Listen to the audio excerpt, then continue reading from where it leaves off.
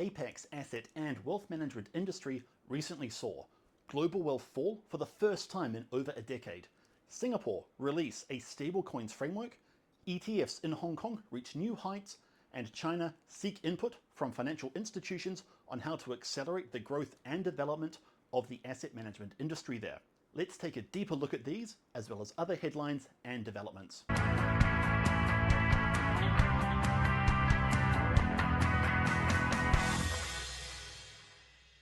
Starting off in APAC.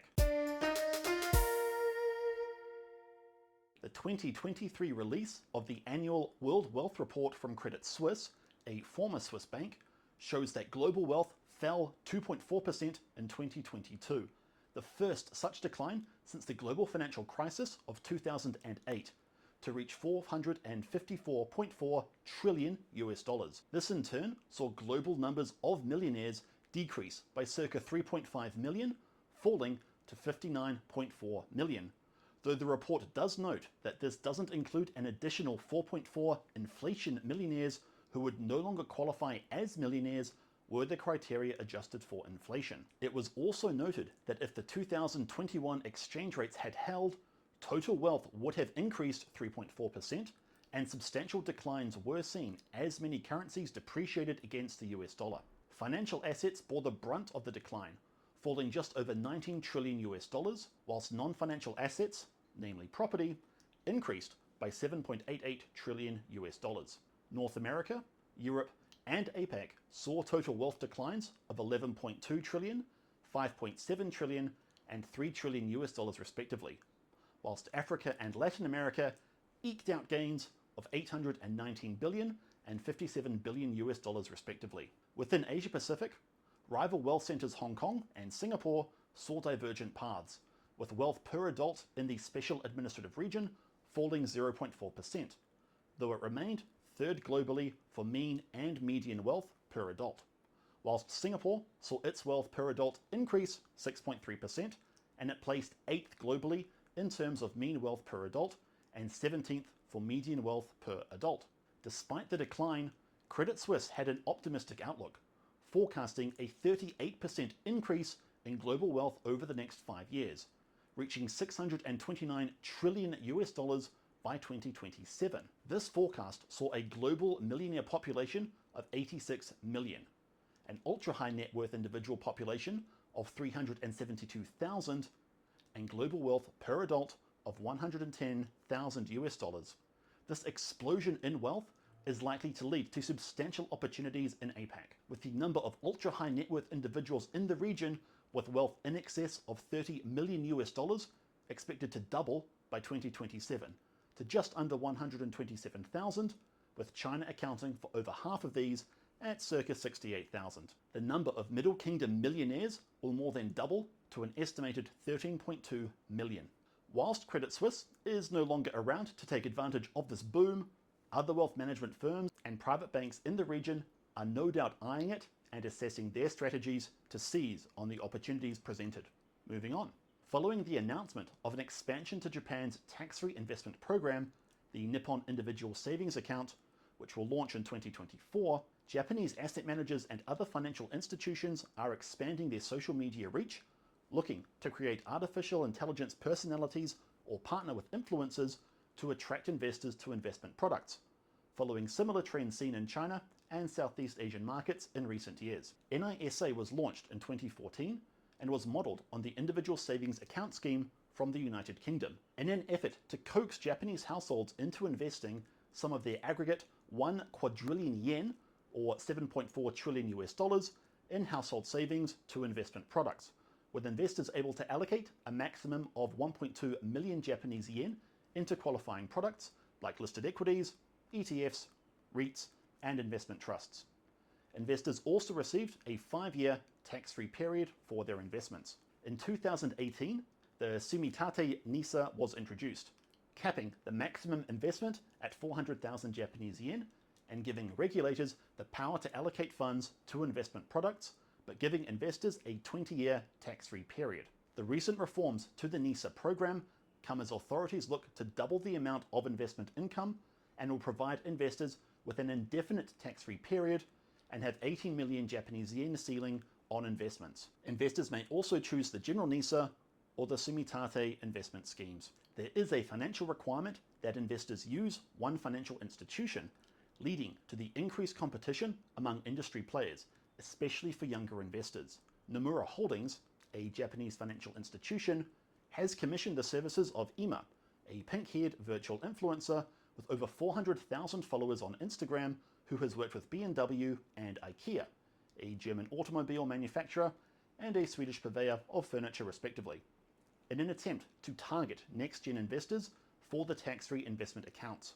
MUFJ Asset Management, the asset management arm of the Japanese financial institution, has been advertising on social media and legacy media to promote their NISA offerings, while Eastspring Investments, an Asia-centric asset manager, states that they intend on expanding their distribution channels and launching products tailored to these. They cited their recently launched low-cost active funds, which are exclusively distributed via digital channels. There has been an increasing demand from Japanese investors for Indian and global equity products, with $1.92 billion being allocated to Japan-domiciled funds which invest in India over the first half of 2023, compared to $358.9 million in outflows during the first half of 2022, and fund managers are responding to this demand accordingly. Eastspring, for instance, plans to add 6 Indian equity and bond funds to its product lineup. There were over 13 million NISA accounts at the end of 2019, and August 2023 saw circa 1,500 eligible funds available to investors under the NISA program, with the final number of eligible funds expected to be around 2,000, or circa 1/3 of all investment trusts in Japan. Some in the industry are calling for further reforms, specifically in the range of products available to investors, like derivatives linked or monthly dividend products, whilst others believe such funds are too complicated for the investors the NISA scheme is aimed for. Elsewhere in Japan's fund management industry, firms are being encouraged to operate with greater independence from their financial groups, with industry commentators noting that they should strengthen their core investment capabilities and mimic the approaches taken by BlackRock and Amundi, the world's largest asset manager and a French asset manager respectively.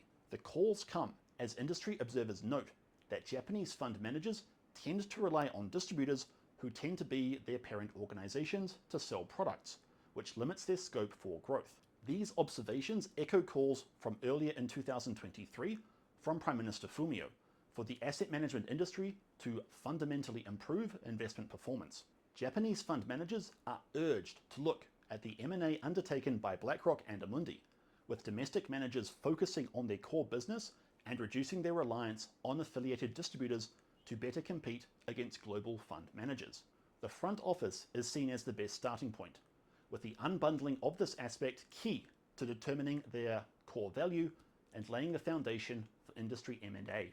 The role of parent companies being the primary distributors has led to them being blamed for Japanese fund managers prioritizing benefits to distributors over investors. Circa 3/4 of the top 20 foreign and domestic asset managers in Japan are part of a wider financial conglomerate.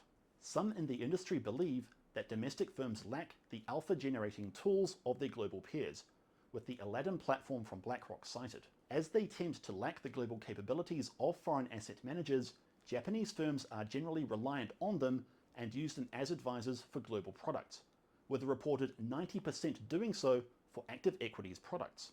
This needs to be addressed and overcome if Japanese fund managers are to succeed globally. Some in the industry believe it is better for fund firms to stay within their established groups, citing benefits to clients from the integration and sharing of costs. Up next, venture capital and private equity fundraising for startups across Southeast Asia, India, and Greater China all fell in the second quarter of 2023, leading to the first half of that year resulting in less fundraising than seen across the first quarter of 2022, as per data from Deal Street Asia, a Singapore-based financial news website, something that bodes ill for fundraising across the remainder of 2023.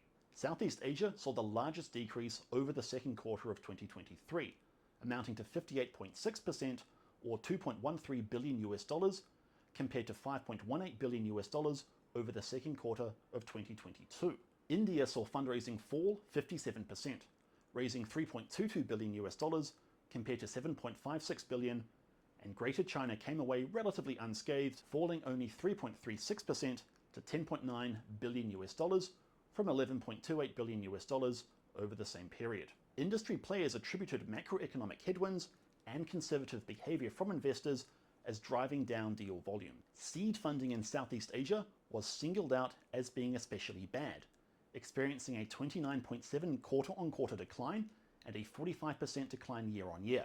Reportedly, only 52 startups in the region received seed funding over the second quarter of 2023. Over the first half of that year, Southeast Asia raised a reported $4.2 billion, down 56% year-on-year.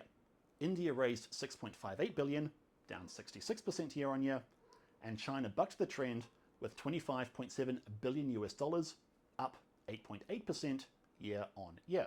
The decline in India and Southeast Asia is expected to continue over the second half of 2023, with total figures for that year falling short of 2022's. Despite China's resilience over the first half of the year, fundraising fell 25.3% between the first quarter and the second quarter of 2023, and challenges are likely to eventuate, not least from a recent executive order from the Biden administration to limit investments from the USA into Chinese companies, and moves from the US House committees to subpoena MSCI, an index provider, and BlackRock over their investments and role in facilitating investments into China. Over to Singapore. The MAS, Singapore's financial regulator and central bank, announced its regulatory framework for stablecoins, seeking to ensure a high level of value stability. The framework comes following industry consultation undertaken in the fourth quarter of 2023.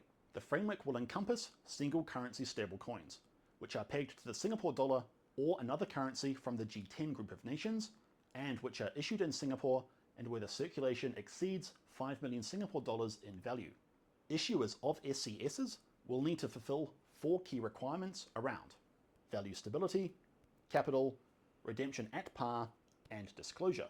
Only issuers of SCSs which meet all requirements will be able to apply to MAS to receive the label of MAS regulated stablecoins. Issuers appear to be able to issue stablecoins without the designation, though those claiming or misrepresenting to be MAS regulated stablecoins when they have not been approved may be subject to penalties. The MAS notes that when they are well regulated, stablecoins are a trusted medium of exchange which supports innovation, though users should make their own informed decisions regarding risks when looking to interact with stablecoins not covered by the framework. Further public consultation will follow in 2024. The move is part of wider efforts by the city-state to bring order to cryptocurrencies and digital assets following a period of tumult in this space, with changes to the requirements for digital payment token service providers being enacted in the third quarter of 2023. Next up, BlackRock and Seng Life's Navigator Investment Services, an integrated investment platform, have signed an MOU for the latter to be an investment advisor for tailored model portfolios provided by the former. The collaboration is seen as boosting NIS's current advisor platform, Elevate, by providing expanded access to investment expertise and solutions from the US asset manager. BlackRock will also provide training and support to NIS's financial advisors. For BlackRock, the move follows a similar arrangement whereby they provided Stashaway, a digital wealth management platform for both retail and accredited investors, with diversified, multi-asset portfolios created via BlackRock Analytics. In June 2023, Navigator also paired with Fullerton Fund Management to launch one of the asset manager's money market funds. In that tie-up, NIS was the exclusive distributor of the product. The MOU between NIS and BlackRock is the latest example of traditional asset managers partnering with digital investment platforms and robo-advisors, something that has started to proliferate across the APAC region. Other examples of this include Fidelity Investment Management, an international investment company headquartered in the UK, pairing with Mumu Financial Singapore, an investment and trading platform, and Schroders Investment Management, a British asset manager, providing portfolio services to Phenomena, a Thai investment management platform and wealth manager. As digital distribution grows in prominence, especially in emerging markets, whether more such tie-ups and partnerships are formed will be interesting to see. Up to Hong Kong. Hang Seng, a Hong Kong-based banking and financial services company, and its China subsidiary are looking to expand its presence in the Greater Bay Area's Wealth Management Connect program, inaugurating 2 new cross-border wealth management centers in Tsim Sha Tsui and Shenzhen, adding to its existing centers, 3 of which are located in Hong Kong and 1 in Guangzhou. The centers provide a range of services to meet client needs, proffering investment advice, mortgages, foreign exchange, and cross-border investment accounts. In the future, more cross-border services are to be added, enabling mainland Chinese customers to open Hong Kong accounts. Such services have seen a reported 350% increase over the first half of 2023 compared to the same period the year prior, driven by the reopening of travel between Hong Kong and mainland China. HSBC, a British bank with historic ties to China and Hong Kong, is following suit and is opening wealth management centers in 2 Hong Kong locations, adding to the 60 it already has across the GBA. The move comes as the Wealth Management Connect scheme appears to be struggling compared to other cross-border investment schemes launched between the Special Administrative Region and the mainland, with low investment flows, only 50,000 investors participating, and circa 1% of the 300 billion RMB quota utilized, standing at 3.4 billion RMB as of April 2023. This can partially be attributed to the limited product range available under the program, as well as restrictions on how distributors are able to execute sales orders for investors. Specifically, they can only undertake orders which are initiated by the investor. They cannot promote other products. July 2023 saw disclosures between Hong Kong and mainland China regulators to develop a consensus on reforms to enhance the Wealth Management Connect scheme. These included expanding the range of products available, reducing investment thresholds, and simplifying the buying process. As with many financial institutions, account openings saw a boost following the reopening of the border between Hong Kong and mainland China, with Bank of China Hong Kong, the Hong Kong operations of the Bank of China, reporting cross-border account openings over the first 4 months of 2023 being 5 times higher than the same period in 2022 and 44% higher than the same period in 2019. Standard Chartered, a British financial institution, also reported an increase in account openings, seeing a reported 250% increase in the first half of 2023 compared to the same period in 2022. These numbers, though, pale in comparison to those reported by insurers, with life insurance sales in the SAR increasing 46-fold over the first 9 months of 2023 to reach 46.8 billion Hong Kong dollars, and mainland Chinese customers reverted to pre-COVID practices. Some in the industry do not believe the reforms will be adequate, believing the investment limit per investor is too low, and that additional products across a greater range of distribution channels need to be on offer to investors. Brokerages too are adding their voice to the mix, calling for distribution to be expanded beyond the current crop of banks which are authorized to sell products on the program. Whether these reforms lead to the increases sought by so many parties, and how current and potential institutions continue to expand their presence in the GBA, will be interesting to see unfold. Up next, Manulife, a Canadian insurer, plans to launch a digital MPF portfolio reference tool, which will partially be driven by AI, to provide investors with AI-assisted portfolio recommendations to aid them in selecting appropriate funds to meet their retirement goals and needs. Manulife is partnering with 2 investment consulting firms to develop the tool, one of which will utilize artificial intelligence to generate portfolio suggestions, with the tool being rolled out via employers who participate in Manulife's MPF schemes. For employers which provide the tool to their employees, said employees would need to answer a series of questions to assess their risk tolerance level, and they would need to manually alter their portfolio composition to action the suggestions. The AI tool will launch in October 2023, subject to regulatory approval, and may be extended to mobile devices depending on feedback. Manulife has a market share of approximately 25%, boasting over 1.9 million MPF scheme members and 2.4 million accounts. In April of 2023, Manulife commissioned a survey of over 1,200 respondents, which showed that 49% did not know when the best time to adjust their MPF portfolio was, 48% did not know how to compare MPF products, and 46% faced difficulties when selecting funds. For new MPF members, 43% of respondents sought investment advice from advisors, family members, and friends. Additional industry data indicated that the number of MPF members who have never reviewed their portfolios dropped from 10% to 7% between 2022 to 2023, and the proportion of members who reviewed their holdings every 6 months increased to 49% from 37% over the same period. Further, the number of MPF members who have adjusted their portfolios increased by 60% between 2019 to 2022, with the number of members adjusting their holdings for the first time increasing 1.88 times over the period. Volatile market conditions, along with a growing awareness around the need to manage MPF portfolios, are attributed to the increasingly hands-on approach of MPF scheme members. The eMPF, an initiative from the MPFA, the supervising authority of Hong Kong's MPF, is expected to launch in June 2025, and Manulife will look to join that digital platform as well. Whilst AI-driven recommendations, easy administration, and increased digital offerings may be well received by MPF members, no doubt they would be hoping for better returns. Moving on, ETFs listed in Hong Kong have seen their average daily turnover rise to comprise 15.5% of the total market daily turnover in July 2023, reaching a reported 15.9 billion Hong Kong dollars, and following a trend seen since July 2021 when ETF volume accounted for 4.6%. This increased to 9.8% in 2022.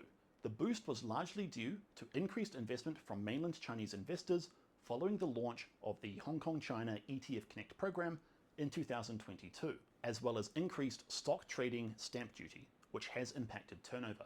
The increase saw ETFs as the only product traded on the exchange which saw an increase in their daily average turnover in the preceding 12 months. And Hong Kong Exchange, the main board of the Fragrant Harbour, stated that the ETF Connect scheme with China was one of the key drivers for the growth.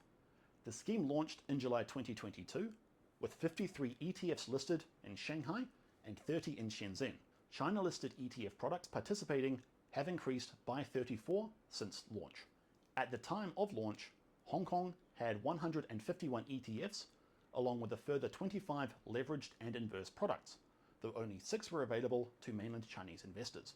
Despite the limited availability, the average daily turnover of these products increased from 215 million Hong Kong dollars in July 2022 to 4.64 billion Hong Kong dollars in July 2023 across the Shanghai and Shenzhen links. Hong Kong Exchange and other financial institutions in the SAR are discussing ways to boost the lackluster trading volumes, with measures like rolling back the 2021 stamp duty increase on stock trading, improving the design of derivatives products, and lowering margin financing costs all reportedly raised. Given the SAR's need for revenue, and stock trading stamp duty providing 61 billion Hong Kong dollars in revenue in Hong Kong's last fiscal year, industry participants do not believe that stamp duty will be reduced. For derivatives, Hong Kong Exchange is looking to expand over-the-counter products to a wider retail market, with equity-linked investments reportedly the most feasible option. The market for professional investors for this product segment is reported as 16 billion Hong Kong dollars as of June 2023. Other initiatives to boost activity in the markets have failed to deliver, with the listing regime which lowered the requirements of technology companies to list only seeing one company utilize it as of August 2023, and the launch of a Hong Kong dollar and renminbi dual counter also seeing a disappointing reception. Next up, the Hong Kong Virtual Asset Exchange, a virtual asset exchange and service provider, has become the third digital asset trading platform in Hong Kong, receiving approval in principle from the SFC, Hong Kong's Securities and Futures Regulator, to carry out Type 1 and Type 7 regulated activities. Once final approval is received, HKVAX will offer 3 core products: an over-the-counter brokerage, allowing customers to trade fiat and digital assets, an institutional-grade exchange platform, and a 100% insured custody solution. Further, HKVAX is looking to create a global ecosystem for investors via partnerships with platforms in other financial centers like New York, London, and Singapore. And now to China. Massive inflows to 4 ETFs have sparked speculation that China's national team, a term applied to large institutions in China which invested in markets in 2015, has been mobilized to shore up China's financial markets and wider economy, with the ETFs in question seeing $4.4 billion in inflows over 8 trading days. The flows have brought the total assets of the funds to over $25 billion. The speculation was further fueled by a statement from China's Politburo following a meeting in late July 2023, where they vowed to boost the economy and expand consumption by increasing residents' income. The national team first came to prominence in 2015, when following a stock market boom, markets collapsed following restrictions to margin lending. Some industry players do not see any current intervention as reaching 2015 levels, and noted that investing in the entire market would be a change from prior interventions when these had been much more targeted. Outside of China's national team intervention, China's policymakers have announced a raft of reforms targeted at boosting market trading and investment following a period of prolonged market volatility and turmoil. CSRC, China's main securities regulator, stated that the measures were designed to boost capital market investor confidence, an area of apparent key concern for Beijing. The measures include extending trading hours for stock and bond markets, cutting transaction fees for brokers, and potentially reducing stamp duty on securities transactions. Collectively, these measures are hoped to boost market confidence and stabilize stock prices. Industry observers noted that while the language used by CSRC indicated it was only studying the extension to trading hours, the language used in the announcement was widely interpreted as meaning that they were well into the process of approving it. The moves come as Chinese bourses have fallen more than 2% over 2023, compared to a circa 14% rise in the S&P 500 index. The decline is attributed to an economic slowdown, lack of investor confidence, weak trade data, and reduced consumer spending. Following the announcement from CSRC, the Shenzhen and Shanghai exchanges stated that they would reduce transaction handling fees for equities and bonds. In addition to market measures, the PBOC, China's central bank, took steps to boost economic confidence and shore up the renminbi. Actions from the central bank included unexpected interest rate cut, an injection of 557 billion renminbi of liquidity, and lowering the daily trading rate of the renminbi to the US dollar. Faced with numerous market and economic crises, a $13 trillion provincial debt crisis, increasing risk among property firms, and increasing chances of spillover effects rippling from defaults in the $2.9 trillion trust industry, China is certainly living in interesting times. Next up, US investment banks are seeing revenues derived from China activities collapse, raising questions about the viability of their presence in the Middle Kingdom market. Collectively, major US firms like Goldman Sachs, JP Morgan, Morgan Stanley, Bank of America, and Citi made a reported $131 million in net revenue from advising Chinese companies on raising equity overseas in 2022. This was down a massive 87% from 2021, and 2023 to August has seen them make an aggregate $98 million. CSRC introduced new listing requirements in February 2023, which gave onshore regulators significant influence regarding the listing of Chinese companies, and followed a trend since July 2021 of offshore IPO restrictions. These restrictions saw US listings of mainland Chinese companies fall 98% from 2021 to 2022, and listings in Hong Kong fell by over 70% in the same period. The drop in offshore listings has corresponded with the decline in US firms' revenues, and increased scrutiny by US regulators on Chinese firms is not helping either. The proportion of APAC revenue that China contributed to among the named US firms has fallen from 32% in 2020 to less than 6% in 2022. In response, firms appear to be reducing headcount by not replacing departing staff and merging business units in order to right-size the operations. Further developments may see job and cost-cutting initiatives, which may accelerate the decline in revenues as China and APAC market specialists leave the beleaguered firms. The trend is not limited to US firms, with their international peers generally suffering from a drop in their China business as well. Whether this is able to be reversed will be watched with avid interest. Moving on. CSRC is seeking input from fund management companies and other financial institutions on how to accelerate development of China's asset management sector. CSRC is seeking input from the asset management arms of brokerages, fund managers, and futures companies. A 67 trillion renminbi pool of assets as of end March 2023, and which is forecast to reach over 280 trillion renminbi in aggregate by 2030, up from a total asset pool of 130 trillion renminbi as of end 2022, according to McKinsey, a global management consulting firm. The move comes as confidence in China's financial markets has been shaken over the third quarter of 2023, as various crises in the property and trust sectors have alarmed investors. CSRC reportedly sought input on the challenges afflicting the asset management industry, along with their root causes and potential solutions to these problems and challenges, as well as asking if existing laws and regulations were fit for purpose or needed altering. Additionally, the question of consolidating laws and regulations issued by CSRC and NAFR, a financial regulatory body under China's State Council, was posed and suggestions sought. The reported approaches follow CSRC meeting with VC and PE managers in Hong Kong in July 2023 for similar discussions, and APAC, China's fund management industry body and quasi-regulator, inviting asset management representatives the world over to Beijing in an attempt to convince them to continue investing in the market. Whether more financial institutions are so blessed by authorities remains to be seen. Next up, BlackRock and MSCI, among other companies, are preparing themselves for increased scrutiny regarding their investments in China following a probe by Congress and the signing of an executive order by the US president, which limits investment by US firms into specific sectors in China. In excess of 2,000 ETFs and mutual funds from the US have invested a reported aggregate $294 billion into Chinese equities and bonds, though it was noted that not all of this amount is invested in companies subject to the executive order.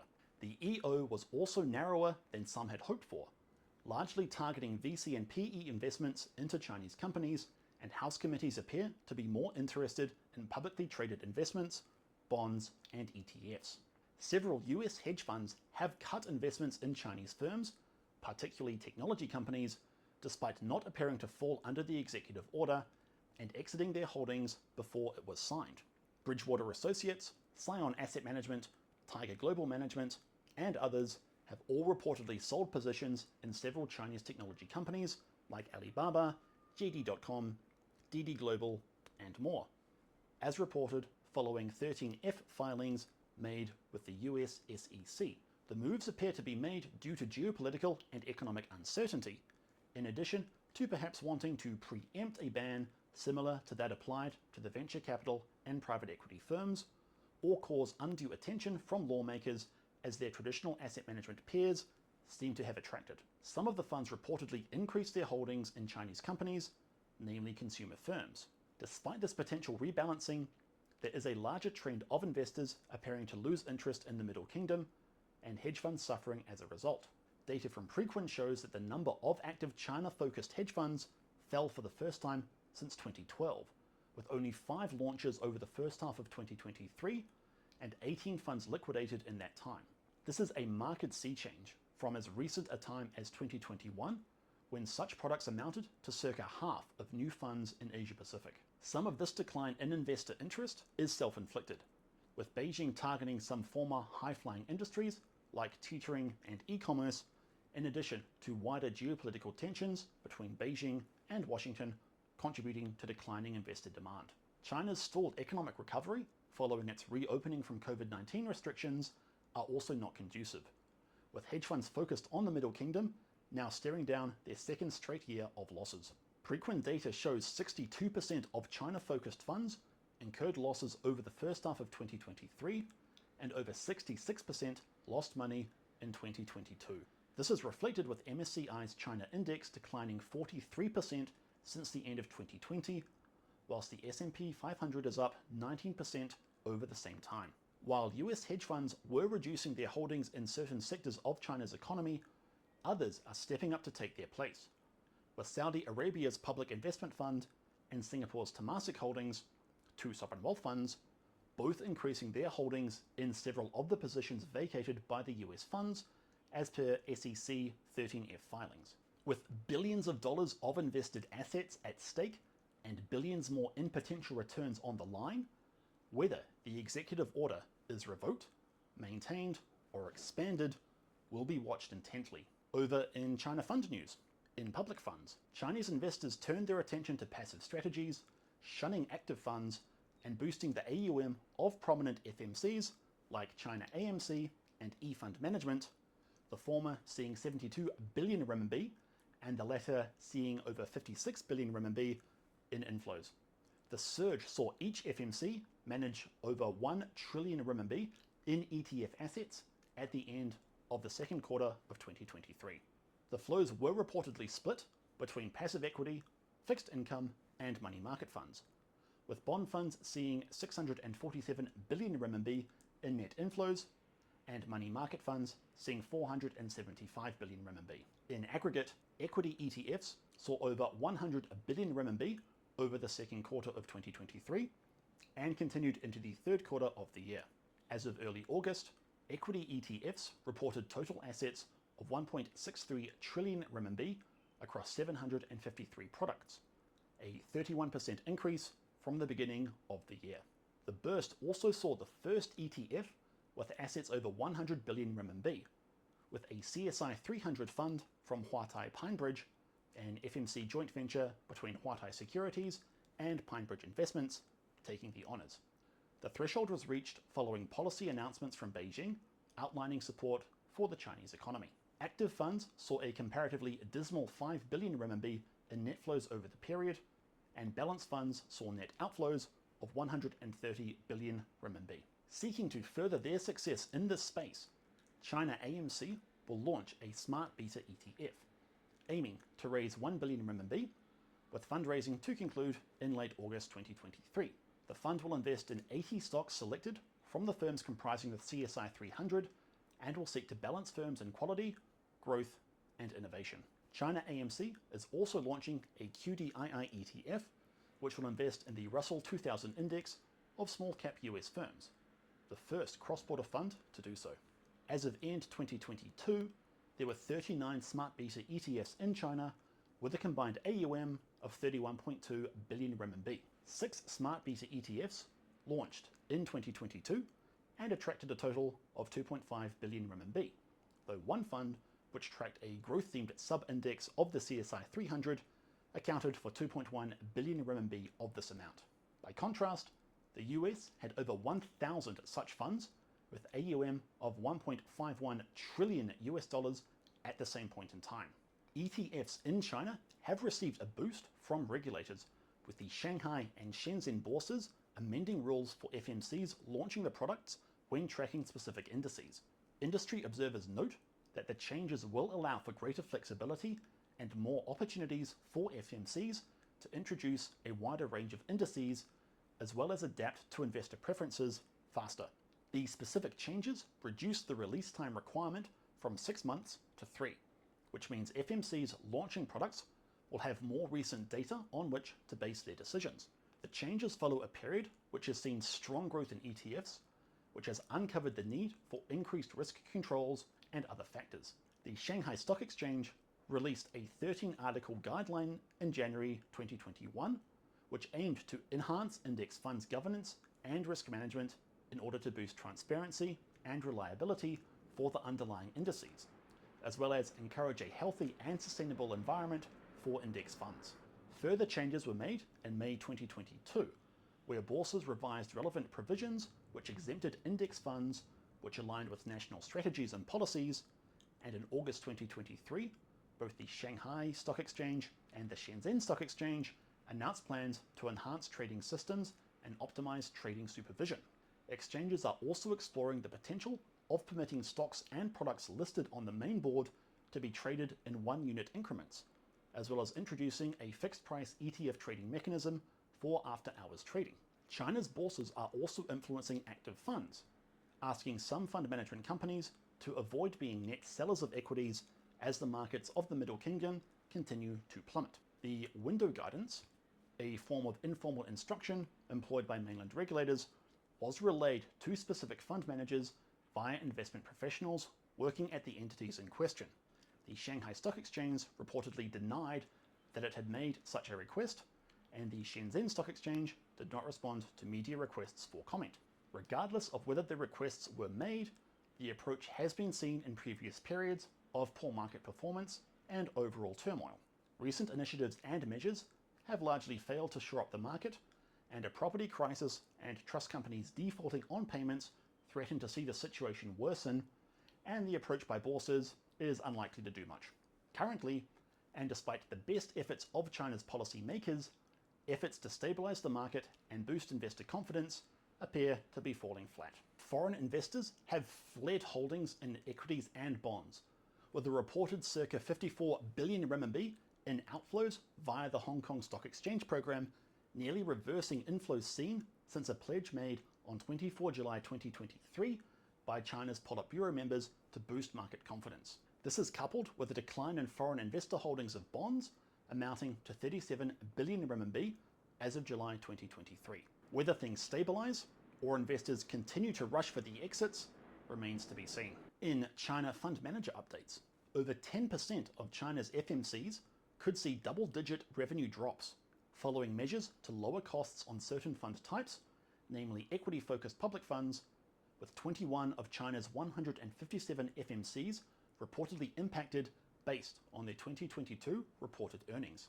The measures limit management fees on the pertinent funds to 1.2%, down from the previous limit of 1.5%, and custodian fees are limited to 0.2%.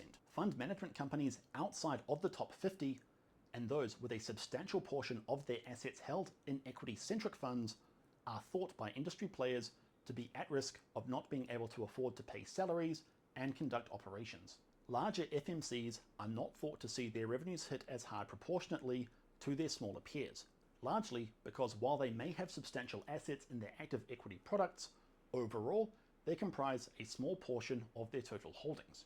CSRC stated that the new measures were designed to provide investors with greater returns at a time when FMCs are reporting substantial profits, stated as 144 billion RMB in 2022, according to TX Investment Consulting.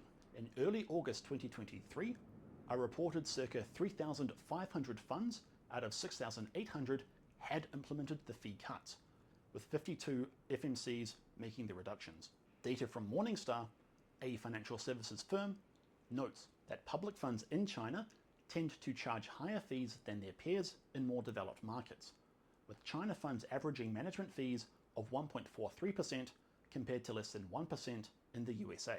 FMCs are also reducing management fees and custodian fees on QDII funds, with foreign equities funds capping their fees at 1.2%, whilst those of enhanced index funds, fixed income plus products, and index tracking QDII funds seeing their maximum management fees of 0.8%, 0.6%, and 0.5% respectively. These limits bring management fees for bond and index funds to around the average for the fund type, while those of active QDII and enhanced index funds are substantially lower, as per Wind, a Chinese financial information services provider, whose data shows management fees for the latter two fund types are in the range of 0.5% to 0.7%. As the aggregate AUM of QDII funds was reportedly less than 360 billion RMB out of total AUM of circa 28 trillion RMB as of August 2023. Another segment of the market which looks to be adversely affected by the changes to fund fees appears to be brokerages, whose fund sales commissions are falling and who are seeing decreased margins in the face of slowing market conditions. As a result, several firms are reportedly being forced to sell their sell-side research teams as they look to reassess their business models. Whether the anticipated greater returns are passed on to Chinese investors remains to be seen. Up next, Thornburg Investment Management, a US-based private independent investment manager, has had its QDLP license revoked by AMAC as it has not launched a product in over 12 months following the issuance of the license back in July 2022. It is speculated that the lack of awareness around the firm in China, as well as the fact that their planned product focused on traditional equities, a category with limited demand from Chinese investors, played a part. This hypothesis is reinforced by the fact that public fund liquidations have increased 44% in the first 8 months of 2023 compared to the same period in 2022.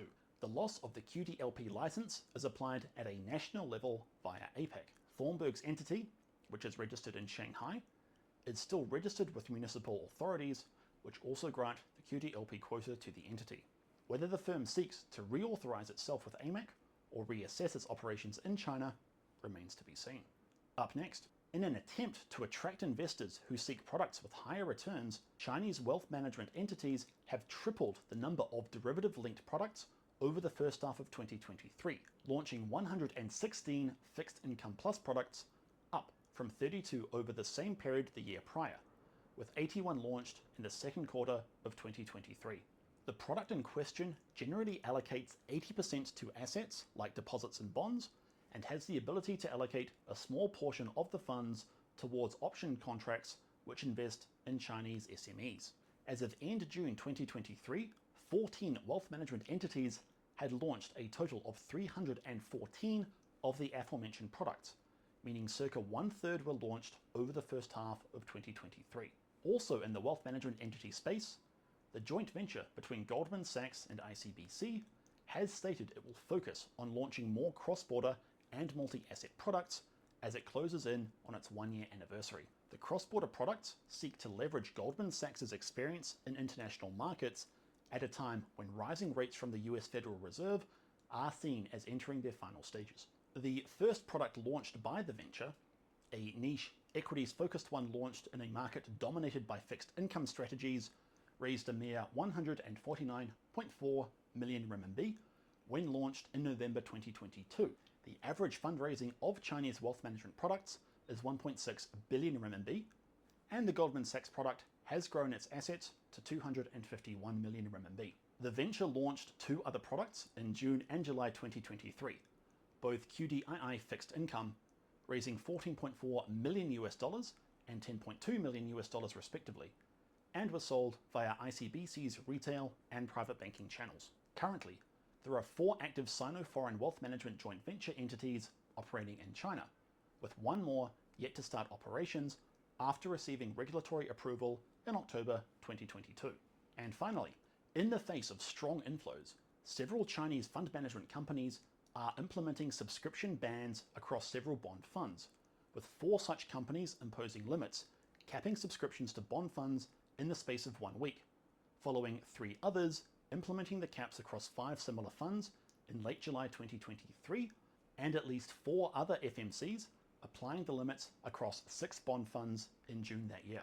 This comes as public fund houses look to protect investor interests in the face of rising demand for fixed income products, as equities-focused funds suffer in a depressed market, and large-scale subscriptions would dilute the bond fund yield, creating an unfair situation for the original shareholders. Bond funds reportedly saw 647 billion RMB in net inflows over the second quarter of 2023, the largest among China's public fund types. This stands in contrast to active equities funds, which saw a mere 5 billion RMB in net inflows, and balanced funds, which saw net outflows for the 5th quarter in a row, losing 130 billion RMB over the same period. Industry observers believe that the low-rate environment China is currently experiencing was a factor behind the, hopefully temporary, halt in large-scale subscriptions. Over 5,000 of China's onshore bond funds, amounting to 96.5% of the total, have seen positive returns over 2023 to end July. No doubt investors will be hoping the subscription limits are lifted so they may access these gains. So, those are the key headlines and developments that we saw in Asia Pacific's asset and wealth management industry for this episode. Do let us know in the comments below if there was something that we missed, or if there is a key development that you think deserved more attention. Thank you all for watching. We hope to see you next time.